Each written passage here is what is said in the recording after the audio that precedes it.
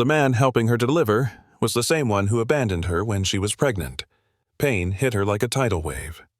Naya lay curled on the delivery table, gripping the sweat-soaked sheet. Outside the window, lightning split the sky in jagged flashes. Her breath came in sharp bursts, each one cutting into her chest. Then the door burst open. Blinding hallway light flooded the room. A figure stepped in, a face she knew too well at the worst possible moment. Andrew. Her eyes widened, her lips trembled. No one spoke. The only sounds were the monitor's steady beeping and Nia's pounding heartbeat. The man who had turned his back when she needed him most now stood before her in a white coat, hands ready to deliver the baby. A whisper broke from her lips. She didn't know if it was from pain or disbelief. It can't be you. What happens when the man who nearly cost her everything becomes the only person she can trust in this moment? Hit subscribe to see what happens next, and ask yourself, will Nia choose forgiveness or fight alone once again? The bus stopped in the drizzle. Nia held her belly with one hand, gripping the metal pole with the other. She wove through soaked passengers to stand near the back door. The weight of her pregnancy made breathing harder. No one offered a seat. A man glanced at her belly, then looked away. She looked down at her worn-out shoes, soaked through and freezing. Cut to her small West End apartment. A dim yellow light glowed over a faded photograph on the wall.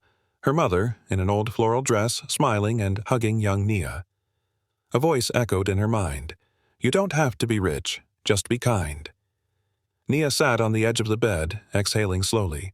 Her eyes found the picture frame, silent, as if saying sorry. Outside, the rain kept falling, but inside her, the storm had just begun. Waves lapped gently at her ankles. Nia tilted her head back and laughed as Andrew pulled her along the beach. Her dress fluttered in the wind. Wet sand clung to bare feet. Everything felt weightless. They stopped beneath a tree near the cliffs. His hand, cold and trembling, found hers. Andrew knelt. No fanfare, no flowers, just a small red velvet box. Inside was an old ring, the stone worn down by time. He whispered, "It was my grandmother's. If you wear it, maybe one day it'll be our daughter's." Nia froze, her hand still in his. The wind rustled through the rocks, carrying away words she couldn't find.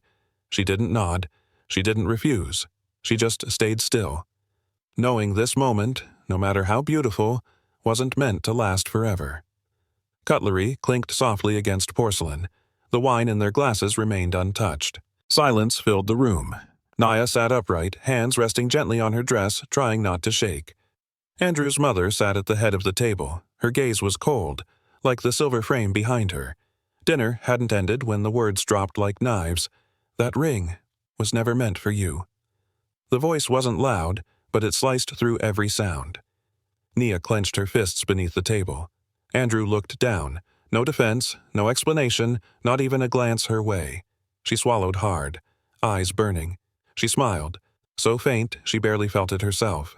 In her mind, one sentence echoed, "Elegance is not love, and love isn't always enough to walk through that door." Night rain pounded the thin tin roof, like sobs stretched into eternity. Nia lay on a hospital bed under cold fluorescent light. Beside her, a crib with untouched white sheets, her arms wrapped around a belly that now felt painfully light. Andrew never showed up. The doctor said it plainly. Stress led to miscarriage. You need rest.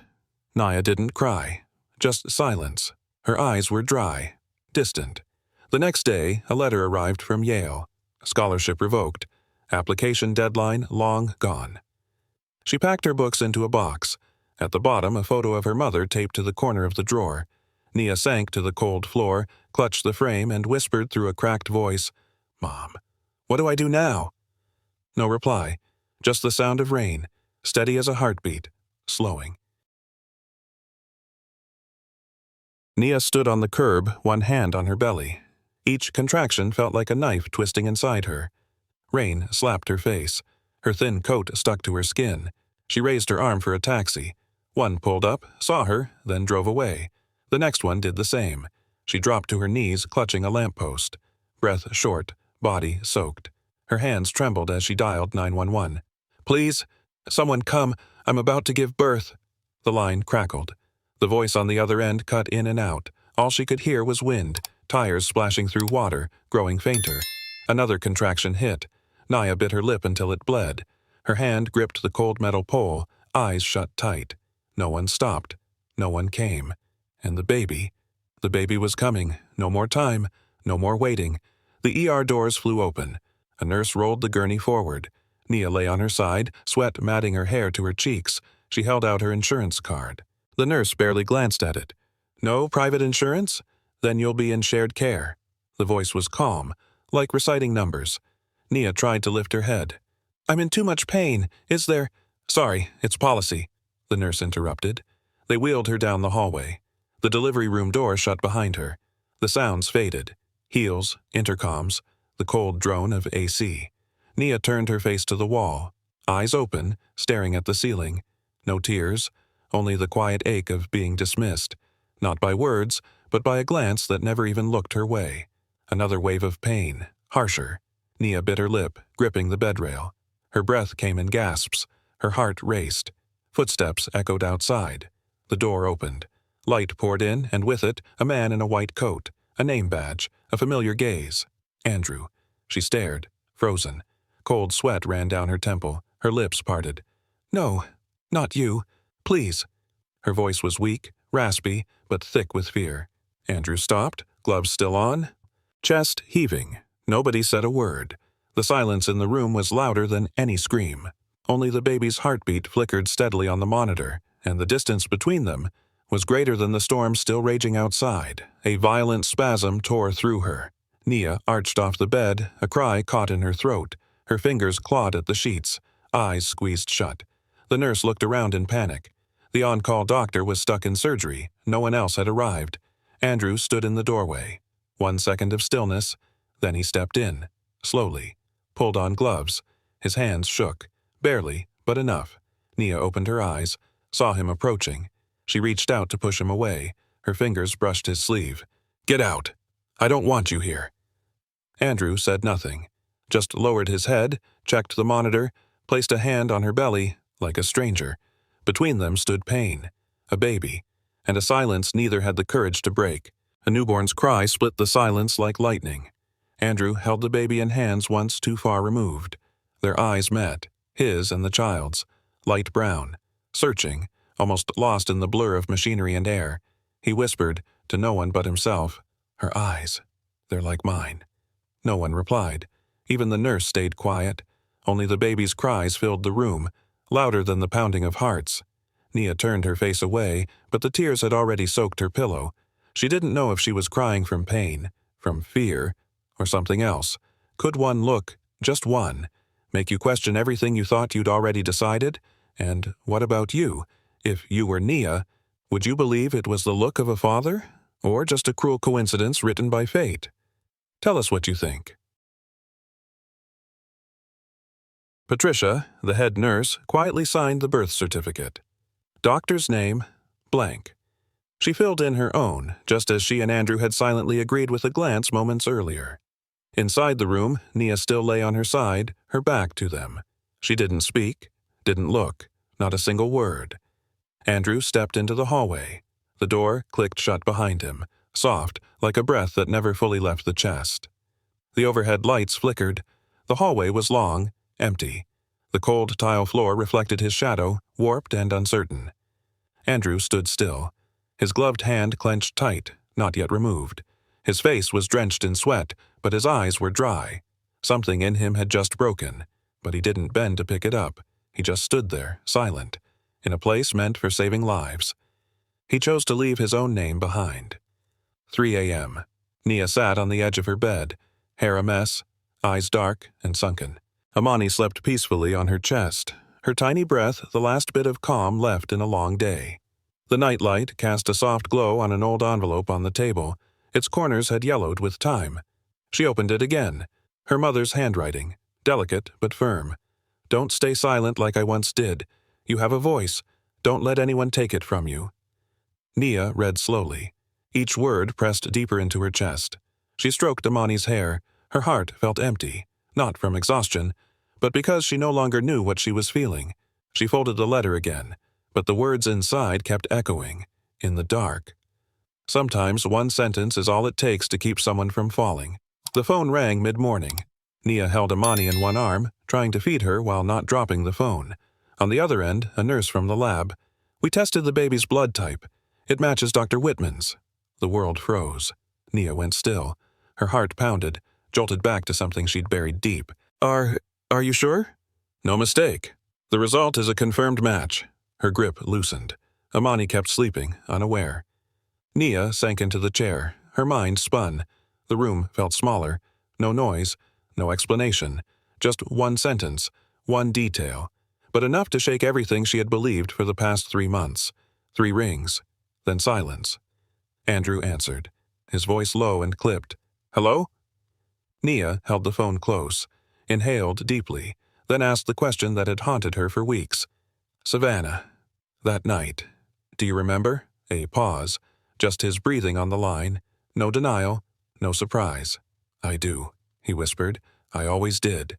His answer was soft as air, but it struck the deepest part of her, the part that had hoped he'd simply forgotten, not chosen to stay silent.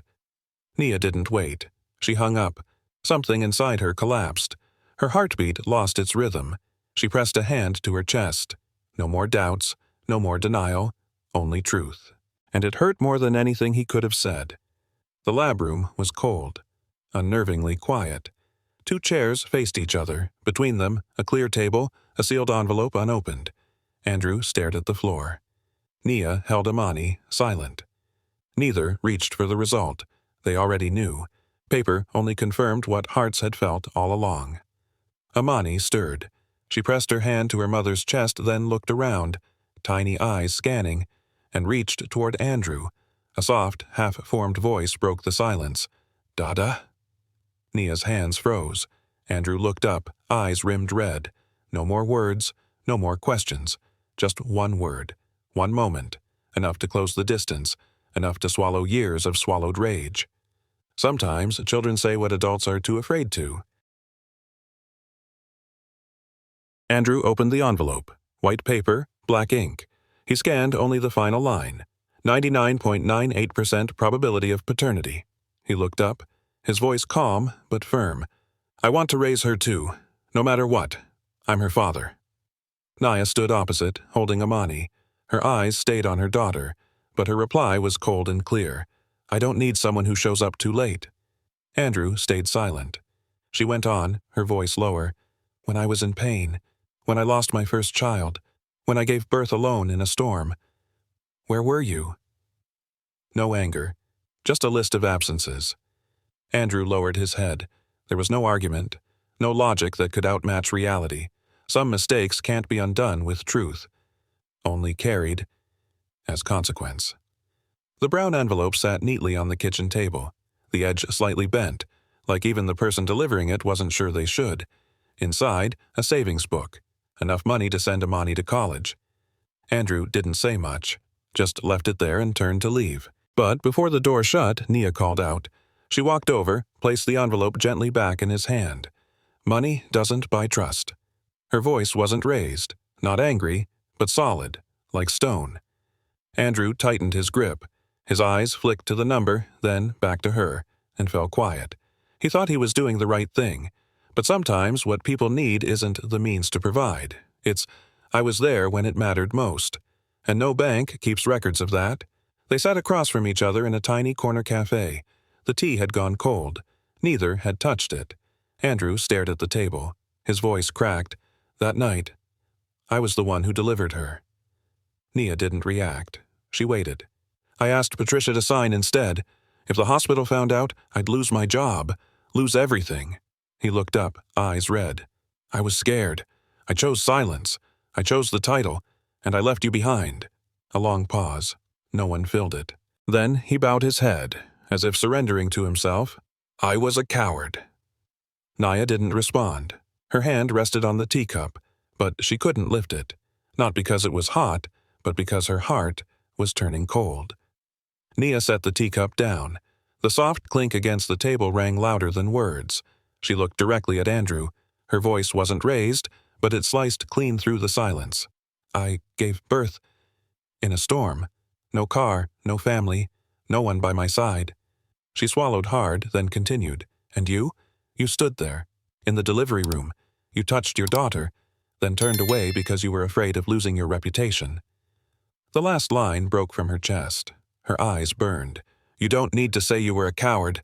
I already knew. Andrew bowed his head. No reaction. No defense. Nia stood, her breath quickened, not from rage, but because it had been so long, since she let it all out. Once, silence held them together. Now, it was the very thing tearing them apart. A spotlight shone on a small wooden podium. Nia stood tall, microphone in hand, voice steady but laced with emotion. I gave birth in a modern hospital, but when they looked at me, they saw a black mother, with no premium insurance, no status. The room was still. I was denied a private room. I had to call 911 alone, in a storm, and I delivered my child into the hands of a man who wouldn't even sign her birth certificate, because I didn't fit his family's mold. Her gaze scanned the crowd. At the very back sat Andrew's mother, spine straight, no applause, no exit, just silence, louder than any protest. Sometimes, in a crowd, all it takes is one person listening. And what about you? When you stay silent in the face of injustice, are you helping it endure? Share what you think. The room quieted. People began to rise, exchanging looks of quiet respect. Nia gathered her notes, nodding politely to the organizers. Then, a figure stepped in front of her. Andrew's mother. Same neutral coat, same composed posture, but this time, her eyes were different. No chill, no arrogance. She looked at Nia for a long moment, then spoke slowly. I used to believe reputation was something to protect at all costs, but today... She paused, her voice lowered. I was wrong. Your daughter deserves more than any legacy my family ever tried to preserve. Nia didn't speak. It wasn't an apology, not in words, but it didn't need to be. Because sometimes change doesn't begin with speech. It begins with the courage to simply show up. Andrew's mother opened a small leather purse. Her hands trembled slightly as she lifted the lid of an old velvet box. The family ring, still bearing the tiny scratch on the stone's edge, one Nia remembered more clearly than any jewel she'd ever worn. She held it out gently, without pressure. Take it, not for what it stands for, but because she belongs. Nia stared at the object that once marked the invisible wall between her and that other world. Now it sat in her palm like quiet recognition. No explanations, no conditions, just a small thing, carrying the weight of an entire generation's turning point. She didn't take it right away. Instead, she placed her hand over the box, feeling the warmth of another woman's hand. Once adversaries, now connected, not by blood, but by choice. Soft sunlight blanketed the lawn. Amani waddled in her new shoes, arms outstretched like a baby bird learning flight. Andrew crouched nearby, arms wide open. Come here, sweetheart. Daddy's right here. She stumbled forward, then fell and giggled. He laughed too, scooping her up, brushing grass off her knees. The second time she steadied herself. Arms flailed. Her mouth formed the word slowly, duh. It wasn't accidental anymore. It was effort. It was hope. From the window, Nia stood still. She didn't interrupt, didn't step in. Her eyes followed every unsteady step, every clumsy gesture of a man trying to become a father. Late, but trying. No anger left. Just quiet. Quiet enough to wonder if a heart once broken could learn to soften again. The thermometer blinked red. Amani burned with fever, eyes dull, lips cracked. Andrew held her close, heart pounding. She didn't cry, just wheezed, limp against his chest like a rain-drenched doll. Please help my daughter, he shouted as the ER doors burst open. A nurse grabbed the paperwork. A doctor was paged. Andrew stood frozen in the corridor, shirt soaked in sweat, hands still radiating her heat. Nia arrived, ready to ask, but stopped when she saw him. He was slumped in this waiting chair, hands covering his face, shoulders shaking. Not from exhaustion, but from fear. Nia had never seen this man cry. Only those who've nearly lost everything truly understand what life is worth. And now, she knew he was learning it the hardest way. The emergency room light stayed on. Nia and Andrew sat side by side on cold plastic chairs. They didn't look at each other, only at the closed doors ahead. Then, Nia spoke, voice light as a breeze. "You cried? For her?" Andrew nodded. First time. In 20 years. No elaboration. No effort to explain. Just words laid bare, like fabric trying to cover something newly cracked inside. Nia didn't respond, but her hand, resting near his, no longer kept such distance. The silence between them wasn't a wall anymore. It began to sound like acceptance, because sometimes the most honest things need no further words. Late afternoon, that same cafe on the corner. The scent of cinnamon pastries lingered in the air. Nia sat across from her closest friend, slowly stirring a cup of cold tea. Her gaze drifted toward the window, where light faded through the trees. She spoke, unprompted. "I still love him." A beat. "But I don't know if I have the strength to trust again." Her friend didn't answer, just nodded, as if she'd been waiting for that truth. Nia smiled faintly, not bitter, not angry, just tired. Tired from holding on, from remembering, from once believing so fully.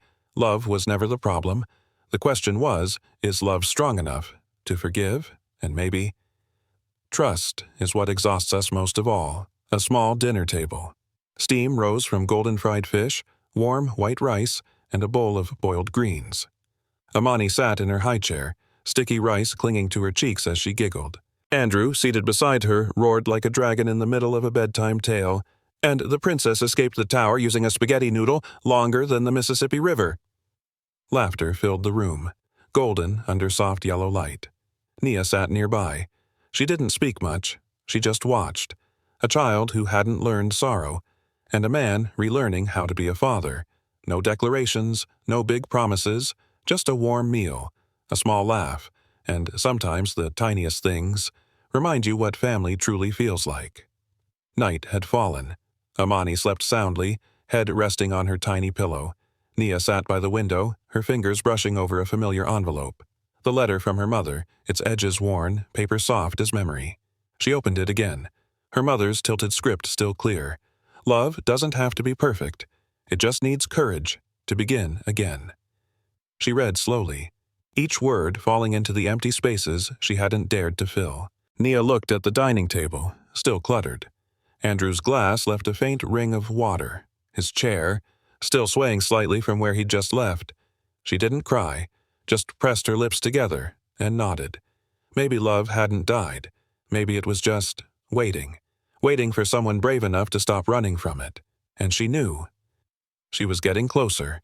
Andrew stood at the door. No flowers, no apology, just a small dark box behind his back. Nia stepped outside. Their eyes met, not avoiding, but not yet open either. He held out the box, voice soft. "I don't have words to make this right. Just this, for you to keep." She opened it. A simple necklace, silver, etched with 3 letters, AGT. Andrew spoke gently. "Amani Grace Thomas, our greatest testimony." She looked at it. Didn't smile, didn't reject it, just held it, quietly, like keeping something that didn't need to be said aloud. Between all the pain, the failures, the distance, one thing remained clear.